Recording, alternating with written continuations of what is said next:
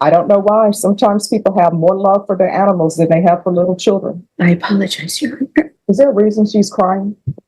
She's just upset. All right, what are you upset about? Try to do something kind and just, It's just It said it left bruises. I didn't realize it was going to leave a bruise. I didn't intentionally do it to like leave that bruise. So Child Protective Services was aware that somebody off the street gave her a child. Court is going to sentence you to. This woman is now in court and could face anywhere from 5 years to life in prison for one of the most troubling cases we've seen. She took in a child from someone she had just met at a grocery store.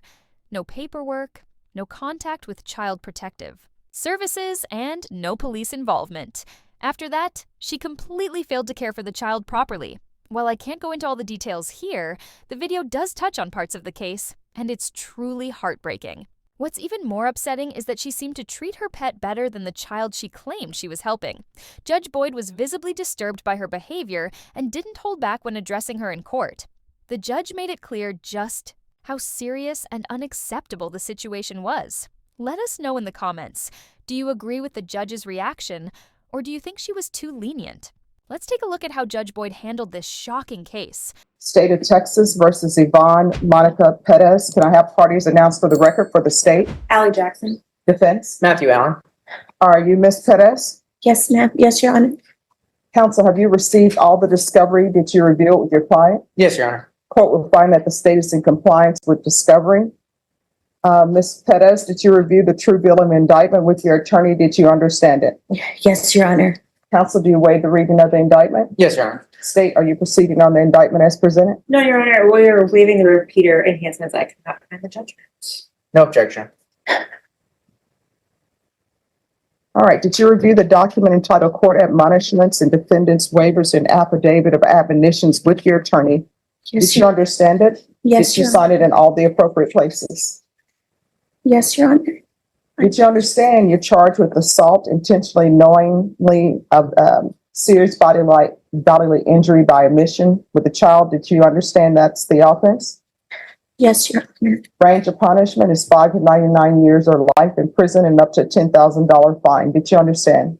Yes, Your Honor. If you have a plea with the state, the court does not have to follow your plea. If for any reason the court doesn't follow your plea and gives you more than you bargained for, the fact that you entered a plea will not be used against you and you will be allowed to withdraw your plea. Did you understand? Ms. Perez, has anyone threatened you, coerced you, or placed you in fear to get you to enter this plea? No, Your Honor. Anyone promised you anything other than the plea? No, Your Honor. Are you satisfied with the way you've been represented? Yes, Your Honor. Are you a U.S. citizen? Yes, Your Honor. Court will find that defendant has knowingly and voluntarily waived her rights to jury trial. Did you review the plea bargain page with your attorney? Did you understand it? Yes, Your Honor. According to the plea, punishment is to be assessed at 18 years in the prison and there are no applications. Did you understand that to be the plea? Yes, Your Honor. Defense, is that the plea? Yes, Your Honor. State, is that the plea? Yes, Your Honor. Did you review the waiver of appeal paragraph with your attorney? Did you understand it? Did you sign it in both places?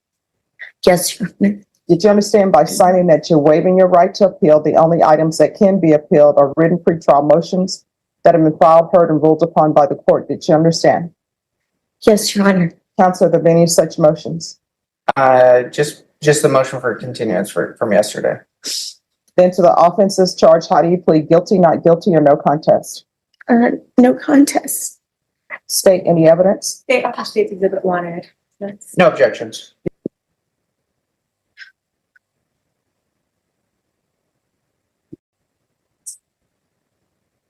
Is there a reason she's crying?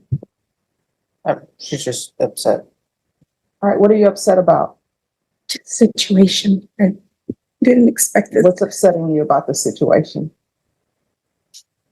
Try to do something kind and just, It's just I don't know if the court has noticed, every time she's come in, she's been very, Crying. very emotional, Your Honor. This doesn't look good at all. Let me know if this makes sense to you. This woman neglected a child who was in her care so badly that something terrible happened. Yet somehow, she still managed to keep her dog well-fed, happy, and properly groomed. Now that she's facing the consequences in court, she's crying as if she's the one who was wronged. But honestly, it doesn't seem like she's truly sorry for what she did. It feels more like she's upset because she finally has to face the consequences of her actions. Let's be real. If no one had found out about this situation, it's hard to believe she would have ever come forward on her own. Judge Boyd clearly isn't convinced by her tears either. She gave her a look like, "Are you serious right now?" Like a student asking for a reward after skipping every class. What's really frustrating is that in some cases, people get more time behind bars for financial crimes than for serious cases like this. It really shows how uneven the system can be. At this point, her tears just feel like an act. And frankly, it's embarrassing. I apologize, Your Honor. No, I'm just asking questions. Court will find there is sufficient evidence to find you guilty, and the court will find you guilty. Are you proceeding with sentencing? Yes, Your Honor. Yes, Your Honor. Anyone want to say why you should follow this plea bargaining agreement?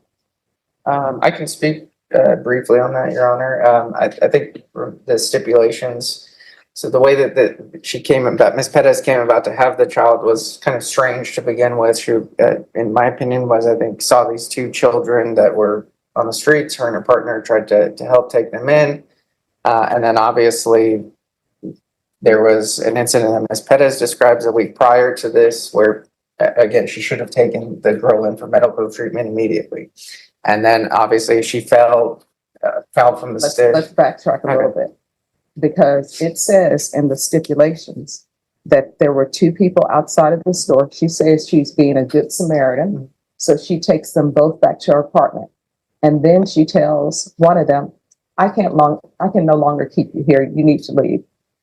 But I'll keep the complainant. Yes, her and her partner. So her partner ended up, I believe, keeping the younger boy, and she kept the younger girl at the apartment.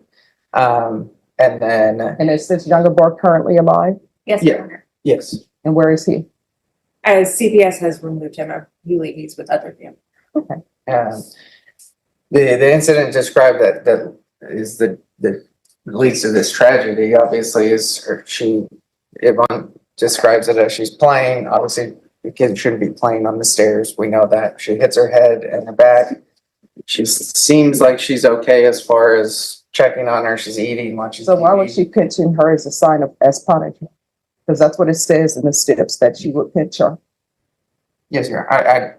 Why? It wasn't like I'm pitching her, just kind of like a grab, like just It says it to left prompt her. bruises. I'm sorry. It said it left bruises. I didn't realize it was gonna leave a bruise. I didn't intentionally do it to like leave that bruise. The little girl, when my daughter was, And so I think she's describing as, yes, she again is admitting to that. It doesn't matter whether you think it's going to leave a bruise or not leave a bruise. I think we would agree. And then as far as her actions, she seemed like she was okay. And then the next morning, obviously she's not, and then drops her off at the hospital. And then obviously does another bad thing, just leaves her and then leaves. She does come back. She does sit down with the police. She does talk to them, tell them everything that's going on and what happened. Obviously, at that point, it's too late. But I can speak to Ms. Pettis from the day I've been with her for 20 months or so, from the day I've met her until today. Every time I talk to her, she's upset. And it's not because of so much of her situations, because of what happened. And she knows that she did wrong. She knows she wishes she could go back in time and change all of that. And she says that every time I talk to her. And so, Like maybe if somebody is offering you a child, maybe calling the police. yes, going that far back. It's not one mistake. It's things that happen over and over. And again, So was the child healthy when she received the child? Was the child healthy when you received the child? the first one is Joel. No, I'm talking about the child that is deceased. Was that child healthy when you received the child? Healthy in a sense. I mean, she was Healthy in the skinny. sense that She was skinny. Did We she have fed all her her. hair? Did she have all her what? Her hair? On her head? Yes, Your Honor. I mean, only like patches, like not patches, but like her hair was thin. Her hair wasn't thick. It was thin. Her hair was thin. And she came when the way when I picked her up from, when Cassandra told me to go and when we went to go pick her up, she had like a dirty little outfit. I bought her clothes. Like, I mean, there's a lot of things that I should have done and I didn't do when she first arrived at our home. I should have taken her to get a welfare check. I should have done, and I didn't. I just Well, and like your Honor said, I mean, the initial thing would be to contact authorities to go through the proper channels. I think CPS was contacted prior to this and made contact with Ms. Pettis, so they were aware of the situation, but again, Aware of what situation? that the girl was staying with Ms. Pettis. But I, Was again, that before or after the child before, was taken to the hospital?